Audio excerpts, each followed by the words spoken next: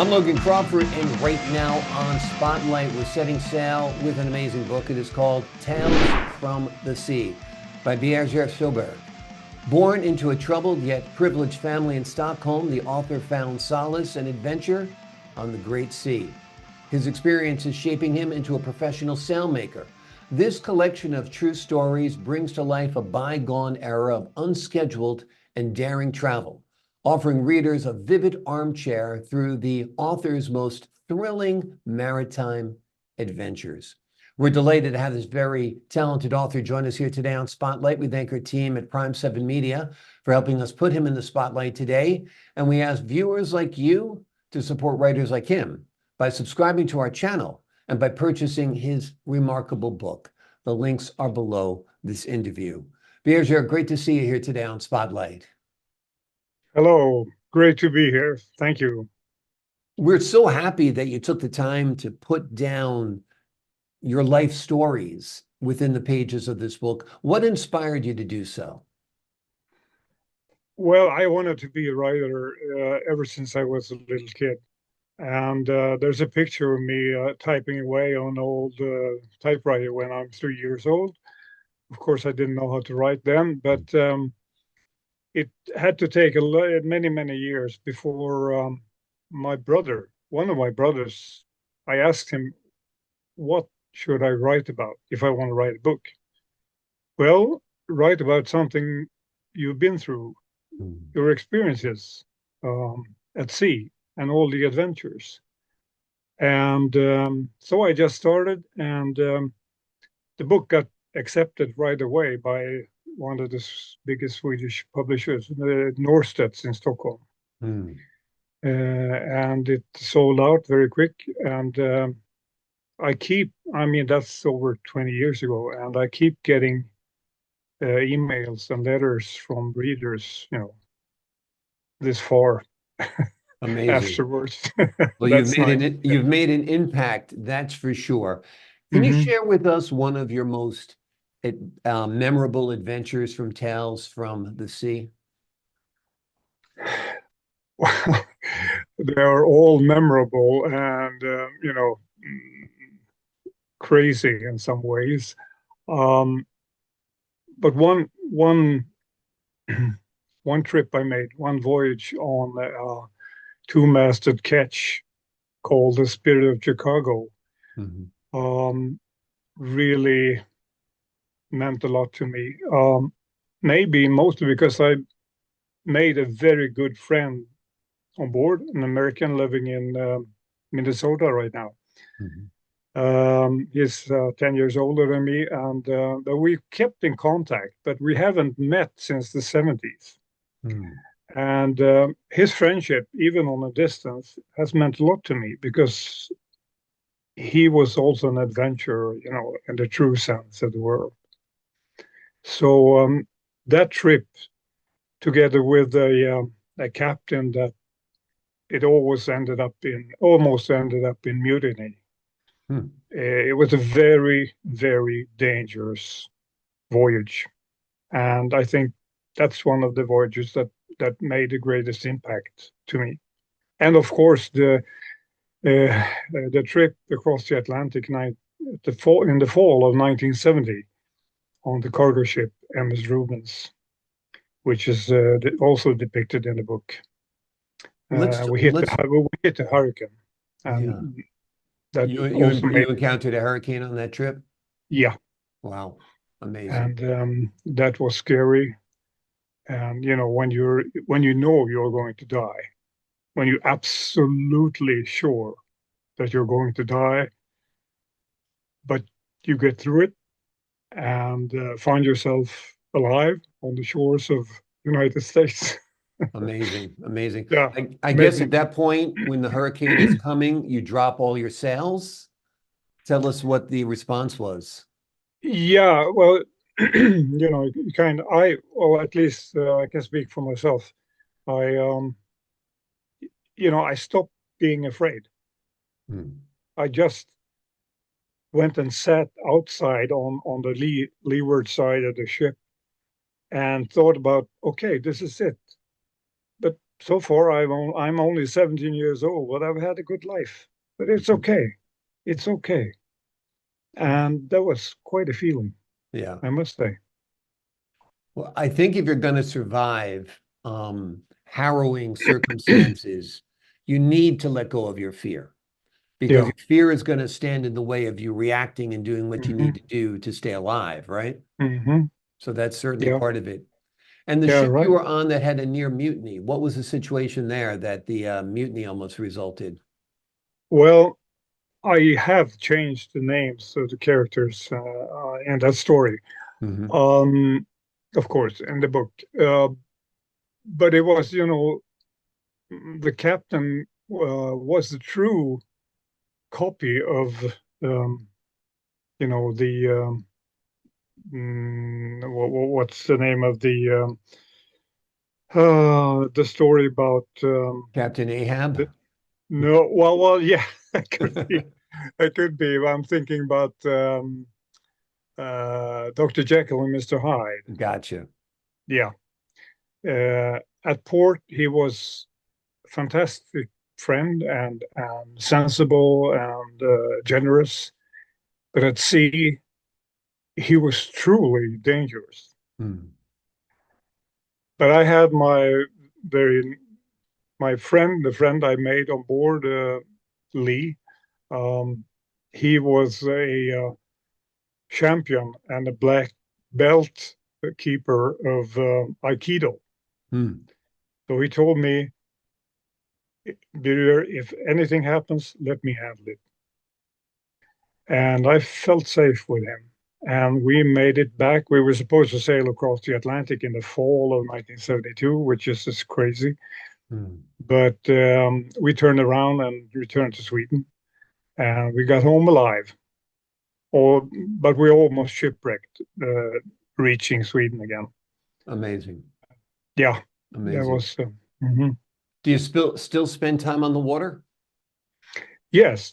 Yeah. Uh, I live in the northern Sweden. We don't have the sea very close, but maybe 3, 4 times every year I return to the west coast, where I have a small skiff, uh, call it one mast and an old engine in.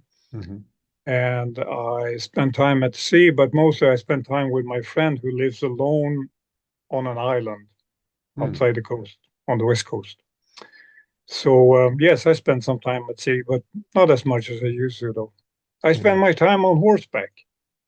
Amazing. Yes, I Yeah. have 13 horses. So Wow. That's wonderful. And your friend who lives alone on an island off the coast of Sweden sounds like you could write his story. That's kind of an interesting life as well. yes, Yeah, yes, for sure. I'm going to try to persuade him into him writing his story because Yeah, it's very interesting. Yeah. yeah, absolutely. Tell me about your work as a sailmaker. Well, that it started in one of the stories. The Chaboté was the name of a catamaran that I crossed the Atlantic with in 1973, and I met a Swedish sailmaker on Gran Canaria Hmm. Island, and we had a great time together. Um, and he offered me apprenticeship as a sailmaker whenever I return. He said, if you feel like it, look me up when you get back and we can start a sailmaking shop together. Hmm. And that was in 1973. Amazing. So since then, I've been an active and professional sailmaker. Yes. Okay. Amazing. You still doing that now? Yeah. Yeah. Right. Uh, but I deliver sails to all kinds of boats, but I prefer making the old-fashioned sails, for traditional boats. Hmm. um, small skiffs with the gaff rigs and so on. It's part of my romantic stuff. Well, it sounds like you live a life of romance and adventure from your horses to your sailing, that's for sure. Have you thought of Tales from the Sea perhaps as a TV series or a series of films? I mean, I could see each one of these broken out into an episode or a movie, right? Yes, I mean, I've had that suggestion from from my readers, really, Mhm. because I've written more books, both about the sea and my travels over land and in the air, and I've kind of pictured, a TV series about this insane or adventurous person going through these adventures. I mean, these are things that they don't really happen today. I Mm. mean, when you go out at sea today, you go out with all this equipment, Yeah. GPS and all kinds of stuff. Yeah. I mean, that didn't exist in those days.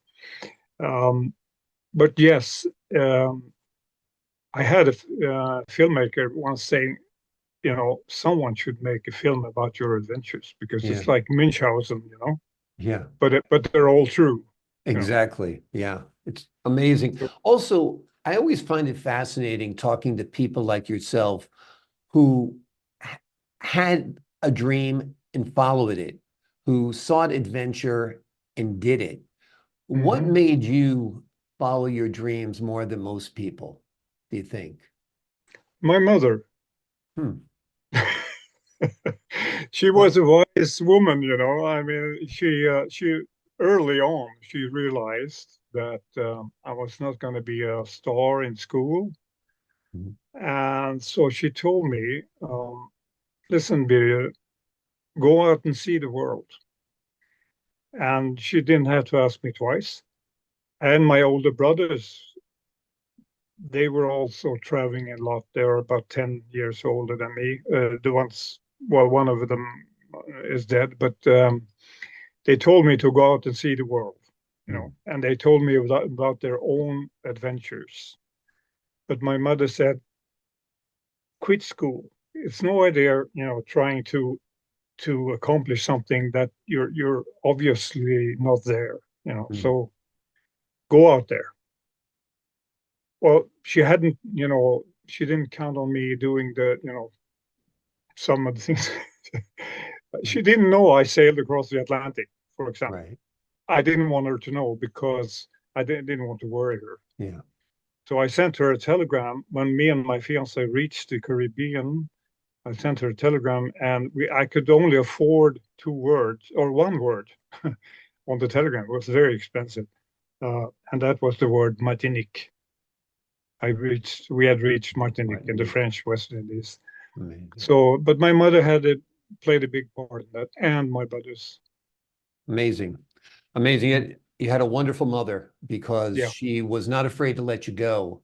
She no, pushed you in the direction and encouraged you to follow your dreams and saw what was the right path for you and what was the wrong path for you. And yes, amazing yeah, because school isn't for everyone. I mean, I think if no, you're a creative, adventurous person, school's not for mhm, you. no. School's about But obeying but the orders, thing right? the thing is, uh, if the school is not for you, but you take a break, Right. and do something completely different, then you can come back. I came back Yeah. some years later, and I went to we call it uh,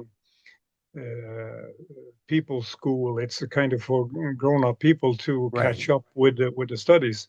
Right. And I attended the school for 1 year, and I finished with the highest degrees in all subjects. Yeah, exactly. Because it was your Uh, time. Because you were no yeah, it longer was. Yeah, right. distracted by daydreams about being out on the Hmm. sea. You had done Hmm. that. Now it was Yeah, time to buckle down and study. Wonderful yeah. book. Every year I make a promise to myself. It's not really a promise, but I say to myself, this summer I'm going to learn how to sail. So That's a perhaps good idea. this will be the summer I actually learn how to sail because I love sailing. When anybody has a sailboat, I go out on it. I Hmm. love being on Yeah, catamarans, trimarans, schooners, and skiffs. Love it yeah, all, yeah. but I Hmm. don't know how to operate one. So maybe this is the summer to learn to do that. Well, there are sailing school for grown-ups. Yep, To attend absolutely. one. That's a good idea. Sounds great. The name of the book is Tales from the Sea. It is an amazing story. The author found adventure and solace on the high seas. He has documented his stories and experiences into a wonderful book. You will love them and they will inspire you. Birger, thank you so much for joining us here today on Spotlight. Thank you for having me. My pleasure. Take care. Take care of yourself as well. To the folks at home, I'm Logan Crawford, thanking you for your time this time. Until next time on Spotlight.